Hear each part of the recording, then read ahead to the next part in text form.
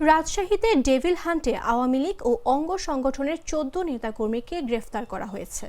গত ২৪ ঘণ্টায় রাজশাহীর বিভিন্ন উপজেলা ও নগরীতে অভিযান চালিয়ে তাদের গ্রেফতার করা হয়। আজ রাজশাহী জেলা ও মহানগর পুলিশের পৃথক বিজ্ঞপ্তিতে এ তথ্য জানানো হয়। গ্রেফতাররা হলেন নগরীর মতিহার থানার অভি, কাজলা এলাকার মিজানুর রহমান, বোয়ালিয়া থানার মডেল থানার শামীম বাপ্পি প্রমুখ। জেলা পুলিশের অভিযানে গ্রেফতাররা হলেন রাজশাহী জেলা যুবলীগের সহ সভাপতি নাঈম ইসলাম, সাবেক সাধারণ সম্পাদক ইয়াসির আরাফাত সৈকত, চারঘাট উপজেলা আওয়ামী লীগের সাবেক সাংগঠনিক সম্পাদক মাজহারুল হান্নান প্রমুখ। অতিরিক্ত পুলিশ সুপার রফিকুল আলম জানান, যৌথ বাহিনীর বিশেষ অভিযান ডেভিল হান্টে জেলায় গত ২৪ ঘণ্টায় ১০ জনকে গ্রেফতার করে।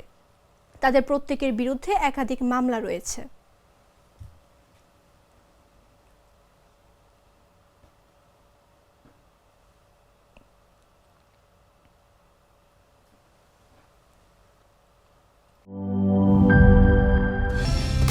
কালার এক্সপার্ট, জর্জ স্যাপ এবং মাইল্ড অন হ্যান্ডস টেকনোলজি সমৃদ্ধ অরিক্স ক্রিস্টাল ওয়াশ আপনার লন্ড্রি এক্সপার্ট।